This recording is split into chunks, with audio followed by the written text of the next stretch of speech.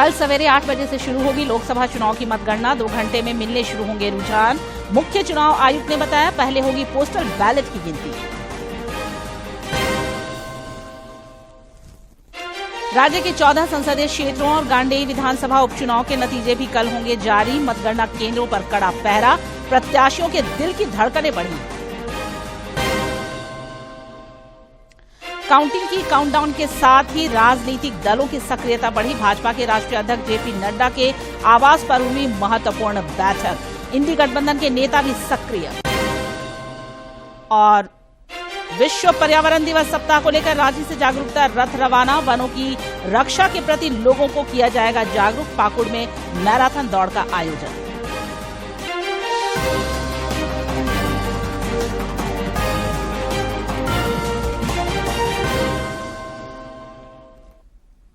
नमस्कार, खबरें झारखंड में आपका स्वागत है। मैं हूं निशा दीपिका सोरेन और अब समाचार विस्तार से।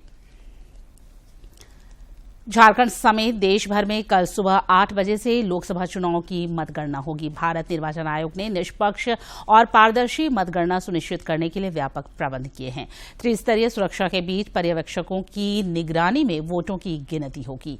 2 घंटों के अंदर शुरुआती रुझान मिलने लगेंगे। इधर मुख्य चुनाव आयुक्त राजीव कुमार ने आज नई दिल्ली में प्रेस वार्ता आयोजित कर देश में जारी चुनाव प्रक्रिया और मतगणना के संबंध में विस्तार से जानकारी साझा की। उन्होंने बताया कि कल पहले पोस्टल बैलेट की गिनती होगी।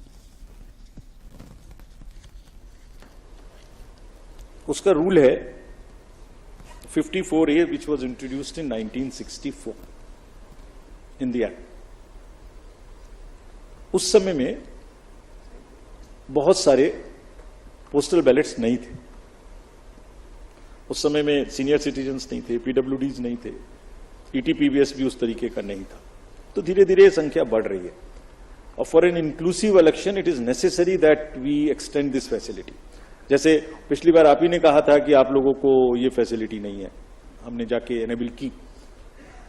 सबको मिलनी चाहिए, एसेंशियल सर्विसेज वालों को मिलनी चाहिए। लोग कहते हैं हमसे हमें वोट देने का अधिकार क्यों नहीं। नर्सेज, डॉक्टर्स, बहुत जगह से बात आती है। हम वी आर ट्राइंग। हमने तो रिमोट वोटिंग में जो लोग घर से बाहर चले गए उन तक के लिए प्रयास करने की कोशिश की थी, जो अभी समय नहीं आया। तो ये जो एक्ट कहता है, जो रूल कहता है, वो क्लियर कहता है कि postal ballot counting will start first. So on all centres in the country it will start first, no doubt about it. After only half an hour would start the EVM counting. So there are 3 countings which are happening simultaneously and it is happening. It happened in 2019. It happened in all the 2022 elections of the states held thereafter. It happened yesterday also in case of Arunachal and Sikkim. हम mid course नहीं बदल सकते कुछ भी। और क्यों नहीं बदल सकते? Because it is compliant with the rule. क्या कहता है कि तीनों स्टार्ट होंगी और उसके बाद निर्विरोध तरीके से लास्ट तक कंटिन्यू करेंगी। पोस्टल की तरह चलेगा, EVM की तरह के चलेगी। जैसे EVM खत्म होगा वैसे ही 5 वीवीपैट की पर्ची का गिनना शुरू हो जाएगा। और आप लोगों की जनरल जानकारी के लिए almost majority of the booths में पोस्टल बैलेट की संख्या कम है, तो वो वैसे ही ऑटोमेटिक पहले खत्म हो जाएगा। It will continue like this. This is what I wanted to say. इधर राज्य के विभिन्न संसदीय क्षेत्रों में भी कल की मतगणना को लेकर सभी प्रशासनिक तैयारियां पूरी कर ली गई हैं। रांची के उपायुक्त राहुल कुमार सिन्हा और वरीय पुलिस अधीक्षक चंदन कुमार सिन्हा ने मतगणना के संबंध में जानकारी देते हुए बताया कि काउंटिंग को लेकर सुरक्षा के पुख्ता बंदोबस्त किए गए हैं। उन्होंने बताया कि जांच के बाद ही मतगणना केंद्रों में लोगों को प्रवेश की अनुमति होगी। काउंटिंग डे के दिन इन सभी 6 विधानसभाओं के लिए 6 अलग अलग काउंटिंग हॉल्स बनाकर रखे गए हैं। इन सभी 6 हॉल्स में निर्धारित संख्या में टेबल्स स्थापित किए गए हैं। किन्हीं काउंटिंग हॉल में 17 टेबल्स हैं, किन्हीं काउंटिंग हॉल्स में 29 टेबल्स हैं। टेबल्स की संख्या का गणना इस आलोक में किया गया है कि उस कंसर्न विधानसभा में कुल कितने पोलिंग स्टेशन हैं। जिस विधानसभा में अधिक संख्या में पोलिंग स्टेशन हैं उस संख्या में माननीय भारत निर्वाचन आयोग की अनुमति से काउंटिंग टेबल्स की संख्या को बढ़ाया गया है। इसके पीछे यह उद्देश्य रहता है कि कम से कम राउंड्स में पूरे विधानसभा की काउंटिंग समाप्त हो और इस दृष्टिकोण से पूरे लोकसभा की जो काउंटिंग होती है वो एक निर्धारित राउंड्स के बाद समाप्त हो जा सके। बता दूं कि किसी भी काउंटिंग एजेंट का कोई मोबाइल, कोई पानी का बोतल, कोई चाकू, कोई ज्वलनशील पदार्थ, कोई लाइटर, कोई भी ऑब्जेक्शनेबल आइटम अलाउड नहीं है।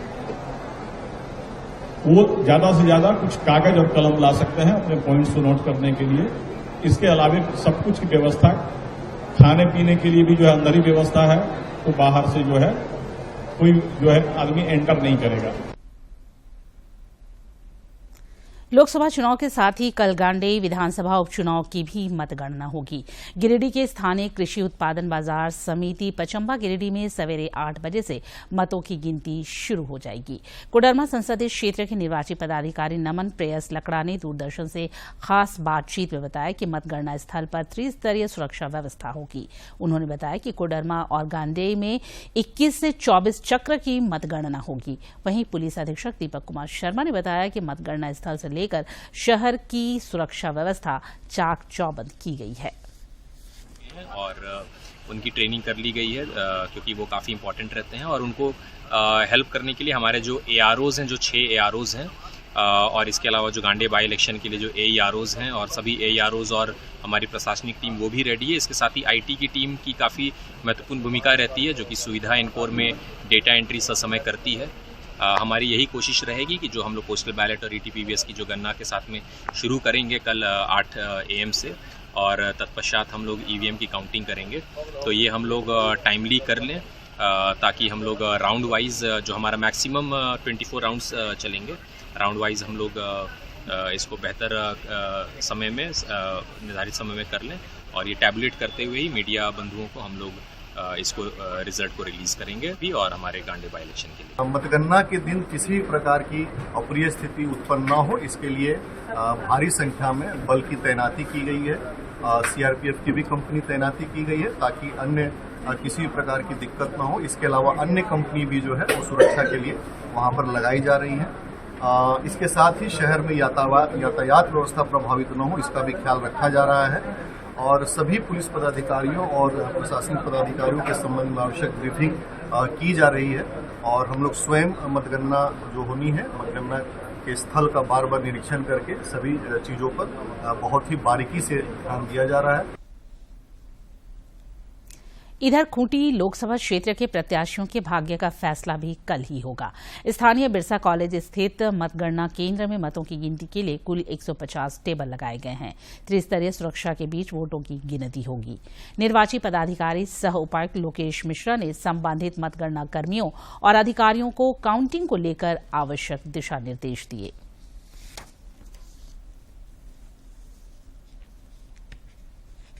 साथ ही पोस्टल बैलेट के लिए अलग कक्ष निर्धारित किया गया है। सभी में डेडिकेटेड ARO हैं जो मतगणना का कार्य संपन्न कराएंगे। सुबह 8 बजे से मतगणना प्रारंभ होगी। सबसे पहले पोस्टल बैलेट की गणना होगी, उसके बाद आधे घंटे बाद हम लोग EVM की गणना शुरू करेंगे। सर, कितने टेबल बनाए गए? प्रत्येक विधानसभा कक्ष में 20 टेबल हम लोगों ने लगाए हैं और प्रत्येक विधानसभा कक्ष में उसी अनुसार नंबर ऑफ राउंड्स में निर्धारित किए गए हैं। पोस्टल बैलेट कक्ष में हम लोगों ने 30 टेबल्स लगाए। इधर काउंटिंग की काउंटडाउन शुरू होते ही राजनीतिक दलों की सक्रियता बढ़ गई है।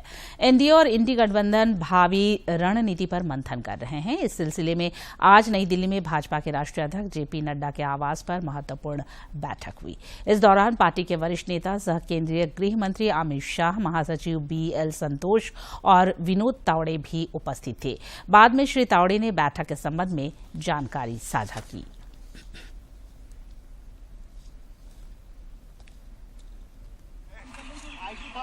और जो चुनाव हुआ उसकी समीक्षा की एक बैठक हुई। चुनाव में 7 फेज में क्या वोटिंग रहा, कहीं ज्यादा रहा प्रदेशों में, कहीं कम रहा, उसके क्या कारण रहे होंगे, वोटिंग जहां जैसे हुआ है उसकी भी समीक्षा की गई, उसकी भी चर्चा हुई और 7 फेज के चुनावों की एक विस्तृत चर्चा आज हम सब ने बैठकर की। इधर एग्जिट पोल को लेकर एनडीए और इंडी गठबंधन के नेताओं के सुर अलग अलग दिख रहे हैं। कांग्रेस की वरिष्ठ नेता सोनिया गांधी परिणामों को लेकर आशान्वित है। How hopeful you are to form the government now? Well, we are very hopeful that our results are going to be optimistic of what the exit poll is. इस बीच राजधानी में आज प्रेस वार्ता आयोजित कर कांग्रेस के प्रदेश अध्यक्ष राजेश ठाकुर ने एग्जिट पोल को सिरे से खारिज कर दिया। उन्होंने बताया कि मतगणना को लेकर पार्टी के नेता और कार्यकर्ताओं को सजग रहने की हिदायत दी गई है। इधर रांची पहुंचे कांग्रेस के प्रदेश प्रभारी गुलाम अहमद मीर ने एग्जिट पोल को वास्तविकता से परे बताया। अंतिम क्षण तक हम सभी को जो मतगणना केंद्र पर रहेंगे वहां पूरी ताकत से डटे रहना है। जरा सी चूक हुई, आंख बंद डिब्बा गायब। ये इस मामले में भारतीय जनता पार्टी मास्टर है, तो इसलिए जरा सा भी पलक नहीं झपकने देना है, पूरी तैयारी के साथ जाना है और जब तक काउंटिंग पूरी तरह से समाप्त नहीं हो जाए तब तक वहां डटे रहना है। प्री मैनेज मतलब एग्जिट पोल जो शो दिखाया जाता है, बट हम लोगों की जो अपनी असेसमेंट है अक्रॉस इंडिया, जो कल भी पूरा दिन मंथन 4-5 घंटे चला और तमाम यूटी से लेकर स्टेट्स के दरमियान ये कलेक्शन दी गई, तो उस हिसाब से ये बिल्कुल डिफरेंट हमारा व्यू है। और अल्टीमेटली फाइनल क्या होगा वो तो कल आ ही जाना, मगर जो दिखाया गया वो रियलिटी नहीं। रांची स्थित भाजपा के प्रदेश कार्यालय में आज लोकसभा और विधानसभा विस्तारकों की अहम बैठक हुई। इस दौरान पार्टी के प्रदेश अध्यक्ष बाबूलाल मरांडी, संगठन महामंत्री कर्मवीर सिंह, प्रदेश महामंत्री आदित्य प्रसाद साहू और पीके वर्मा भी मौजूद थे। झारखंड मुक्ति मोर्चा के केंद्रीय महासचिव सुप्रियो भट्टाचार्य ने कल की मतगणना के दौरान भारत निर्वाचन आयोग से पारदर्शिता सुनिश्चित करने का आग्रह किया है कि कई कंपनियां ने एक साथ मिलकर जो एग्जिट पोल किया है वो सही मायनों में सही इसलिए है कि एग्जिट का मतलब होता है निकास। तो भारतीय जनता पार्टी के गठबंधन को ऑन एन एवरेज 350 सीटों से निकास करने का काम किया। इधर एग्जिट पोल से उत्साहित भाजपा द्वारा जीत के जश्न की तैयारी भी शुरू कर दी गई है। गिरिडीह समेत विभिन्न जिलों में पार्टी के समर्थक और नेता भी एग्जिट पोल के अनुमानों से खासे उत्साहित हैं। कई स्थानों पर लड्डू भी बनने शुरू हो गए हैं।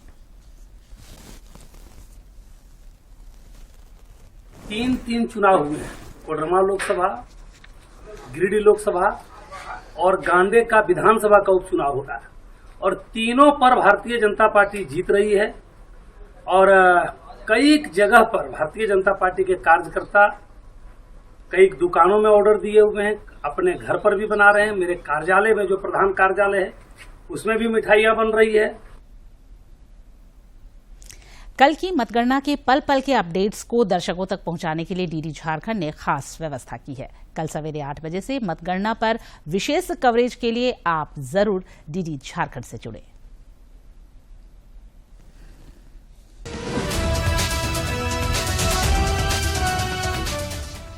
किसकी होगी जीत, किसकी होगी हार, जनादेश के स्वागत के लिए रांची भी है तैयार।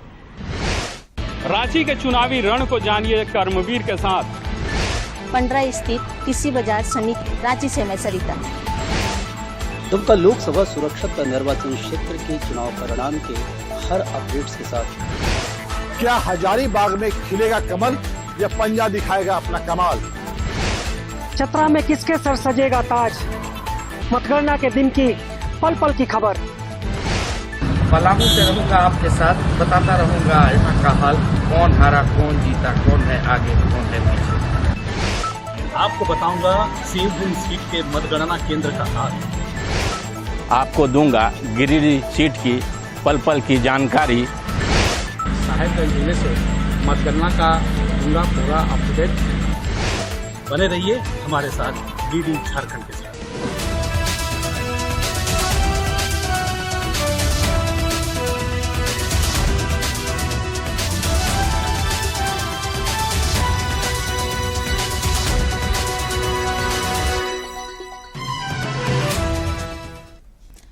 इस बार का आम चुनाव काफी यादगार रहेगा। सभी दलों ने चुनाव में जमकर पसीना बहाया। प्रत्याशियों ने भी अपने स्तर से काफी प्रयास किए। प्रधानमंत्री नरेंद्र मोदी ने भी समय समय पर विभिन्न साक्षात्कारों के माध्यम से अपने 10 वर्षों के कार्यकाल की उपलब्धियों से जनता को अवगत कराया।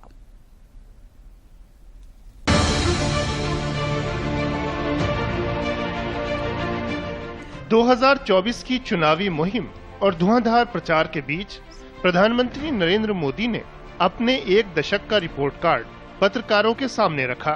पिछले कुछ सप्ताह में पीएम ने लगभग 80 इंटरव्यू दिए, जिनमें विदेश नीति से लेकर अर्थव्यवस्था और विपक्ष के आरोपों से लेकर अमृतकाल के एजेंडे तक सब पर विस्तार से बात हुई। कई इंटरव्यू ऐसे थे जिनमें एक ही संस्थान के कई पत्रकारों ने मिलकर सवाल किए। इस तरह पीएम ने लगभग 200 पत्रकारों के सवालों के जवाब दिए। पीएम के जवाबों में विकसित भारत के लक्ष्य की गूंज भी थी और लहजे में गजब का आत्मविश्वास भी। पत्रकार मुझे पूछते हैं, क्या सचमुच में आपने टेलीफोन किया था यूक्रेन को? सचमुच में आपने पुतिन को फोन किया था? मैंने कहा अब कॉल डिटेल निकलवा दो, मैं तो क्या थक गया अमेरिका जवाब देते हुए। आप इन लोगों को क्या करूं? नहीं, ऐसा पहले कभी हुआ नहीं जी। पहले तो ऐसा पहले कभी हुआ नहीं। 2 राष्ट्राध्यक्षों से बात करके अपने छात्रों के लिए रास्ता निकाल दे। इसलिए मुसीबत यही है कि इन्होंने कभी सोचा ही नहीं था कि हिंदुस्तान के तिरंगे की यह ताकत होती है। पीएम विपक्ष की नकारात्मक राजनीति को बार बार रेखांकित करते रहे। परिवारवाद, भ्रष्टाचार और सांप्रदायिकता को लेकर पीएम ने विपक्ष पर गंभीर सवाल उठाए। पीएम का संदेश साफ था कि देश हित को राजनीतिक हित से हमेशा ऊपर रखा जाए। विपक्ष की राजनीति के सांप्रदायिक और जातिवादी आधार पर भी पीएम का प्रहार करारा रहा।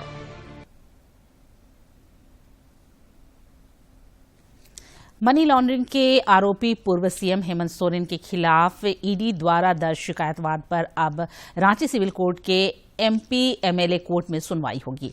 इससे पहले इस केस की सुनवाई रांची के सिविल कोर्ट के सीजेएम की कोर्ट में चल रही थी। अदालत ने हेमंत सोरेन को अपना पक्ष रखने के लिए समन जारी किया था, लेकिन सीजेएम कोर्ट से इस मामले को एमपी एमएलए की विशेष कोर्ट में ट्रांसफर कर दिया है, जहां अगली सुनवाई 15 जून को होगी।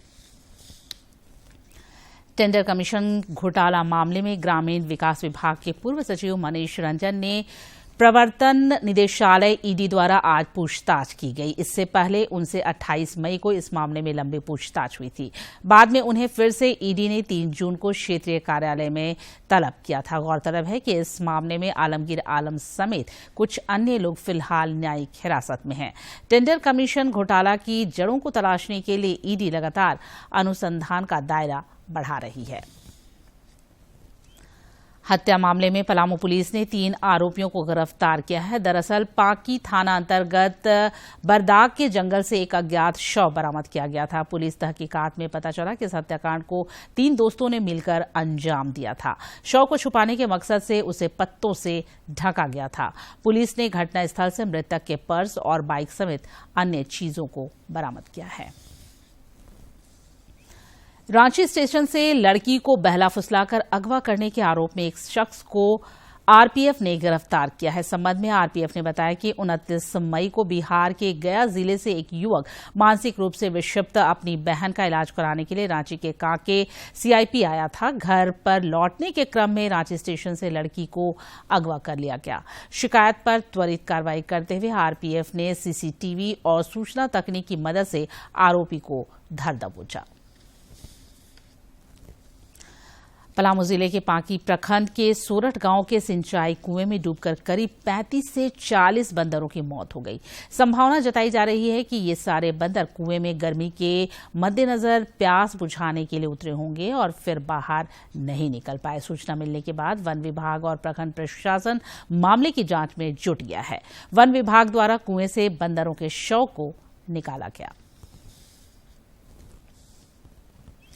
विश्व पर्यावरण दिवस सप्ताह को लेकर आज राज्य भर में कई कार्यक्रम आयोजित हुए। रांची के वन भवन डोरंडा परिसर से जागरूकता रथ को रवाना किया गया। इसके माध्यम से ग्रामीण इलाकों में वनों की रक्षा के प्रति लोगों को जागरूक किया जाएगा। इस मौके पर उपस्थित प्रधान मुख्य वन संरक्षक डॉक्टर संजय श्रीवास्तव ने सामूहिक प्रयास से पर्यावरण संरक्षण और वनों की सुरक्षा पर जोर दिया।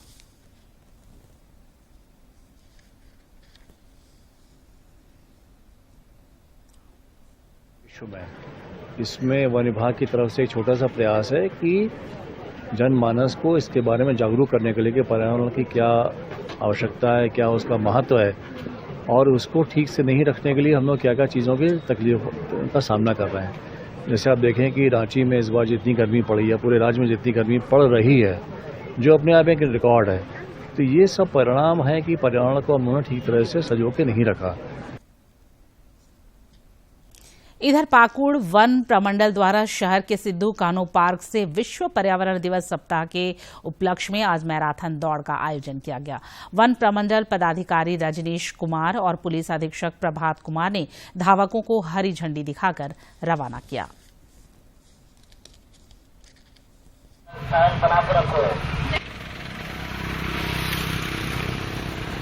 जो पर्यावरण है उसमें कितना तेजी से बदलाव हो रहा है, ये अब कोई पढ़ने और सुनने की चीज़ नहीं है, अब हम सब देख रहे हैं। तो इसके लिए जो कदम उठाना है जिससे ये बचा रहे वो हम ही लोगों को उठाना है, प्रत्येक एक आदमी को उठाना पड़ेगा। तो इसके लिए सजग होना बहुत ज़रूरी है, अदरवाइज जिस तेज़ी से तापमान बढ़ रहा है अगले 15-20 सालों में ह्यूमन का रहना मुश्किल हो जाएगा। तो मनाया जाता है, उसके उपलक्ष्य में एक सप्ताह का प्रोग्राम ऊपर से आदेश था कि एक सप्ताह का अच्छे से प्रोग्राम मनाया जाए। तो हम लोग विगत 3-4 दिन से हर दिन कोई न कोई एक्टिविटी लार्ज स्केल पे कर रहे हैं। और अब देखते हैं फटाफट अंदाज में जिलों की खबरें।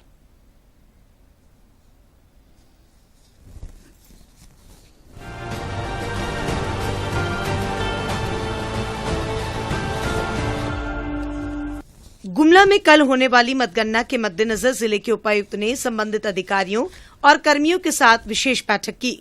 उन्होंने मतगणना दिवस को लेकर सभी को दायित्वों और नियमों से अवगत कराया।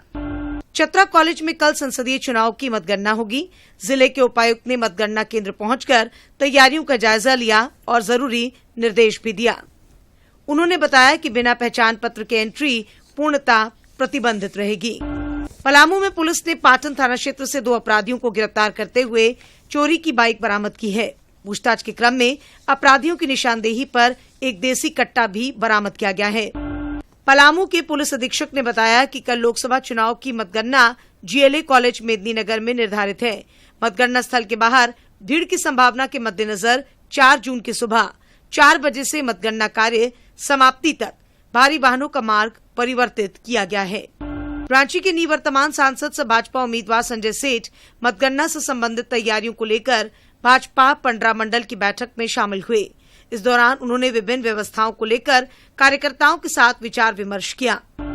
आजसू पार्टी के अध्यक्ष सह विधायक सुदेश महतो ने सोनाहातू प्रखंड अंतर्गत जामूदाग पंचायत क्षेत्र का भ्रमण किया और आंधी तूफान से क्षतिग्रस्त हुए घरों का जायजा लिया ताकि प्रभावितों को हर संभव सहायता पहुंचाई जा सके।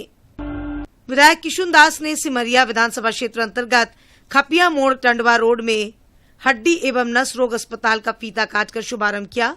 इस मौके पर कई लोग मौजूद थे। बेरमो विधायक अनूप सिंह ने दुमका में स्थित प्राचीन शिव मंदिर बासुकीनाथ धाम में सर्वश्रेयस्कर नागेश ज्योतिर्लिंग की पूजा अर्चना की और क्षेत्र के लोगों के लिए सुख समृद्धि एवं खुशहाली का आशीर्वाद मांगा।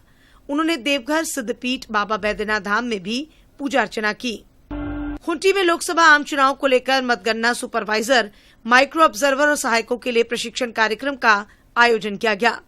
इस दौरान उन्होंने मतगणना संबंधित सभी प्रक्रियाओं की विस्तार से जानकारी दी और कार्यों के सफल संचालन के निर्देश भी दिए। रांची के बसंत विहार बूटी मोड़ में रात्रि क्रिकेट का फाइनल मुकाबला खेला गया। इस अवसर पर मौजूद होकर रांची के निवर्तमान सांसद संजय सेठ और राज्यसभा सांसद आदित्य साहू ने खिलाड़ियों का हौसला बढ़ाया।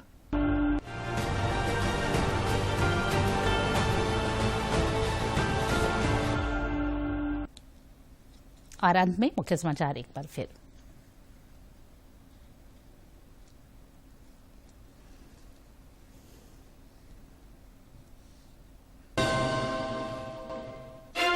कल सवेरे 8 बजे से शुरू होगी लोकसभा चुनाव की मतगणना। 2 घंटे में मिलने शुरू होंगे रुझान। मुख्य चुनाव आयुक्त ने बताया पहले होगी पोस्टल बैलेट की गिनती। राज्य के 14 संसदीय क्षेत्रों और गांडेय विधानसभा उपचुनाव के नतीजे भी कल होंगे जारी। मतगणना केंद्रों पर कड़ा पहरा, प्रत्याशियों के दिल की धड़कनें बढ़ी। काउंटिंग की काउंटडाउन के साथ ही राजनीतिक दलों की सक्रियता बढ़ी। भाजपा के राष्ट्रीय अध्यक्ष जेपी नड्डा के आवास पर हुई महत्वपूर्ण बैठक। इंडी गठबंधन के नेता भी सक्रिय। और विश्व पर्यावरण दिवस सप्ताह को लेकर रांची से जागरूकता रथ रवाना। वनों की रक्षा के प्रति लोगों को किया जाएगा जागरूक। पाकुड़ में मैराथन दौड़ का आयोजन।